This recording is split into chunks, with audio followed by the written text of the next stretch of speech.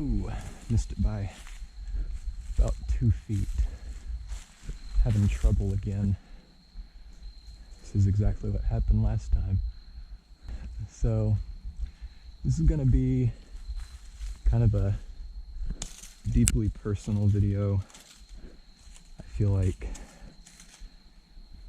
when people have talked to me about the subject that I'm going to be talking about, when I was struggling with it, it helped a lot to hear what other people did and hear other people's experiences. So I figured it might be good to kind of delve into this a little bit.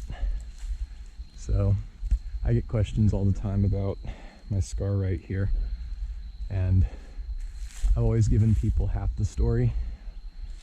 So I unicycled out here to this park, to this very tree that I'm setting up in now. Got all the way out here, found this tree. It was beautiful. It got dark though, right as I was about to start setting up.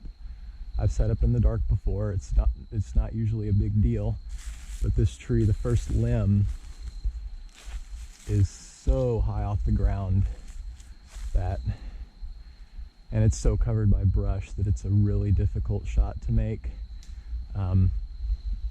So I was out here, as I was often in those days when I was tree camping. I was trying to just find something to escape. I love tree camping. I love doing this.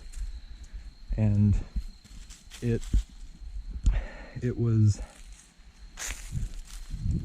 just not a good time in my life, and I should have picked an easier tree, but I was determined if I couldn't do that, then I didn't deserve to be tree camping or some other such nonsense. Ooh. Well, we're having a repeat of that night. No, but I ended up not being able to get into the tree because I kept missing and kept tangling my string up. Finally tangled it up so badly I couldn't get it out of the tree. So that means I didn't have a weight, so I couldn't get it down and I couldn't try again. So the only thing that I felt I could do to relieve that level of frustration building up was just to kind of cut myself up a little bit.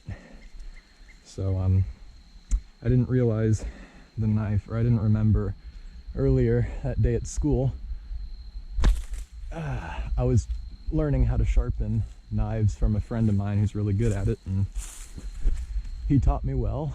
A little more well than was probably best for that time in my life, and I just forgot about it and ended up popping myself open pretty good. And yeah, just horrible cut, and so much guilt and shame over having done that. I let it get out of hand, and it was really an eye-opener for me. What I had been doing to cope was not healthy, and how easily it could get more extreme than I thought it could. So I really stood back and checked myself, like, am I doing the right thing in life? Should I be tree camping? I mean, can I handle not getting into the tree I want? I mean, it was a whole thing, and I'm stronger for it now, and I wouldn't change it, but I don't think it was good or necessarily right that it happened. It may have been right for me, but if you're struggling with self-harm because of inordinate amounts of stress or depression or any other number of causes of such tendencies, you can choose not to do it. And I've been, without cutting, I've been about 5 years now, because that night was the last time I really cut myself.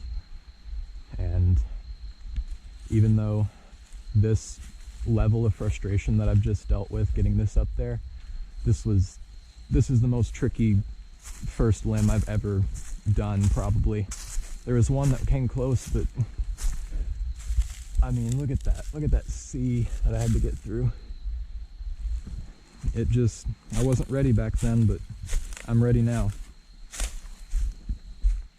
And I don't tend to put myself into situations, willingly at least, where I know my frustration level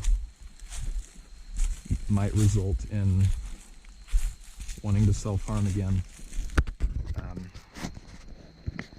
I know it's not just that simple. You can't help some of the scenarios, but for me, normal life scenarios were tearing me down, and then the one thing that I had as an escape that I loved, it turned into just a monster in mere seconds, and just felt hopeless. But I got through it. Luckily I didn't do something more severe like jump out of a tree or just any other number of things that occurred to me to do whenever I was really, really struggling mentally. I mean, I have a great life. I had a great life then. There was a lot of stuff going on that made it mentally hard for the position I was in, but I do understand that I have an amazing life and just incredible opportunity to do stuff like this. And I've really just been focusing on that. So I hope that little spiel there can give you some appreciation for why I have this giant scar on my arm. And I really hope this rope goes up easy now. Getting it over the limb is the hard part, or at least it should be. I'm gonna do this. I normally just flake my throw line into a pile. There we go. And then once I get the rope down, I'll throw the weight so it untangles again, and then I'll coil it up. Just makes it where you don't get a bunch of knots in it. And yep, called it. This limb is probably about 70 to 75 feet up. 150 foot rope. Yeah, I'd say about 70 feet. That is awesome. So I got it up, and right off the bat, I can tell that this is going to be awesome. The weather is perfect.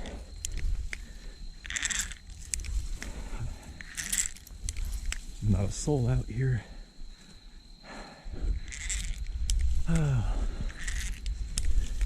Tree life is good.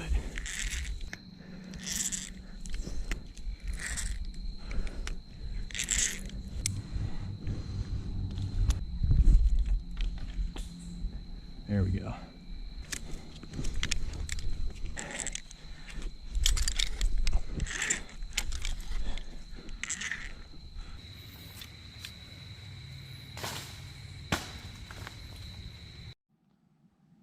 All right. I have to get up. It is so cold, but man's got to work. Okay, here we go. Oh, it's so cold. I should have brought pants.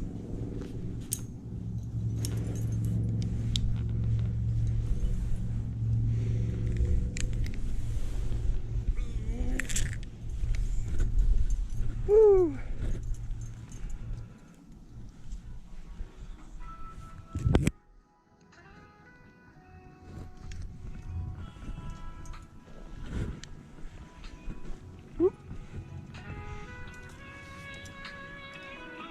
Tree dancing is not easy.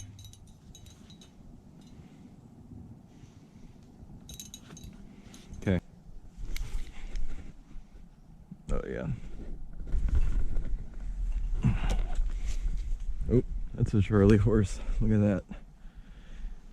Wow.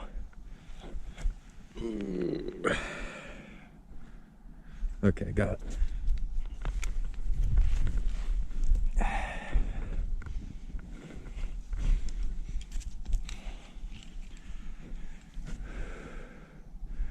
Nice. All right.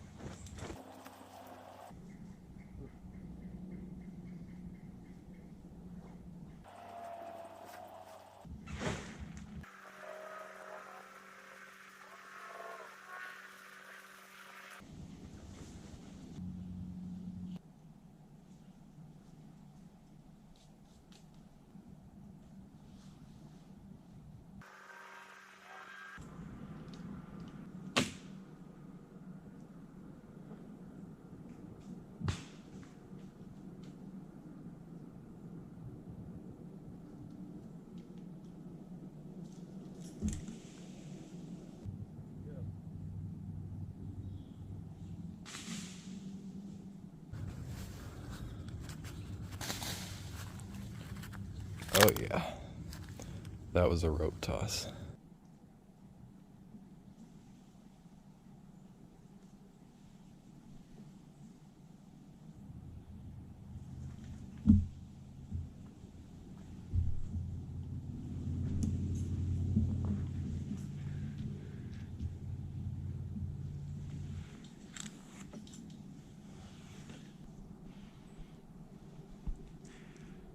Ooh. This is truly a remarkable experience. I have to pee.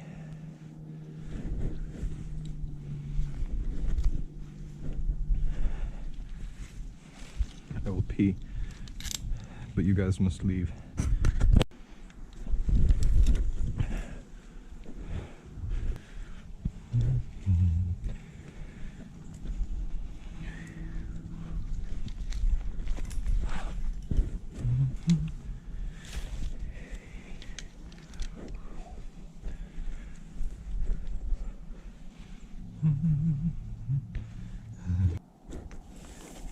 And there's such a high tie-in point that we're gonna have to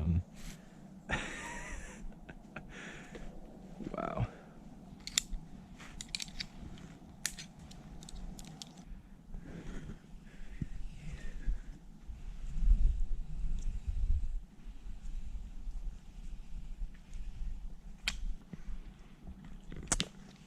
Thanks, Josh. All right, that's why you have a cargo loop, right?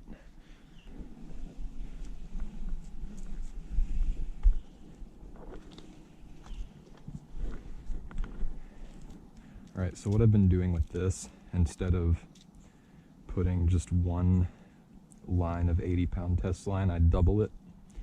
It just goes through like this, and then I don't have to worry about it breaking because I've got 160 pounds. Not that much, but close to it. So here we go.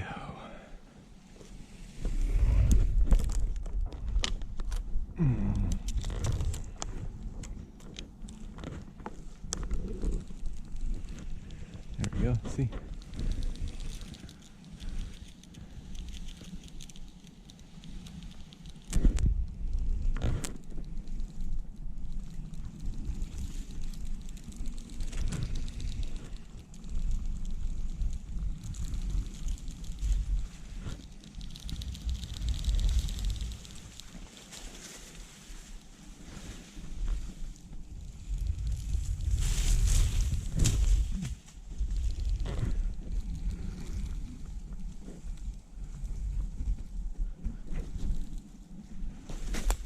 Man, I got close, look at that.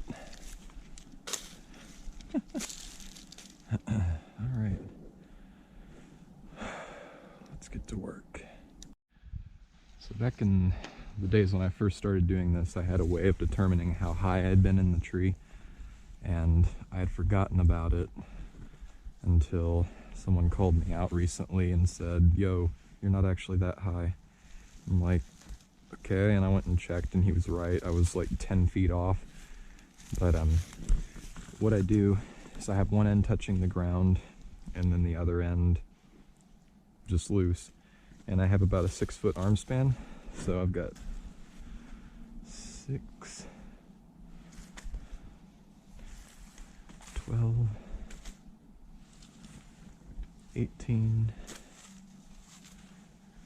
24, 25, 26. Dude, that's 115-ish feet at the rope, and it was about 20 feet, so probably 90 to 95 feet off the ground is where I slept. I'm just gonna go conservative. It may have been over 100. Hell yeah. Anyway, I hope you guys enjoyed this. I hope it was fun. I haven't rocked the unipacking in a while. It's a lot of work. So much harder than a bike, but totally worth it every now and then. It's just crazy.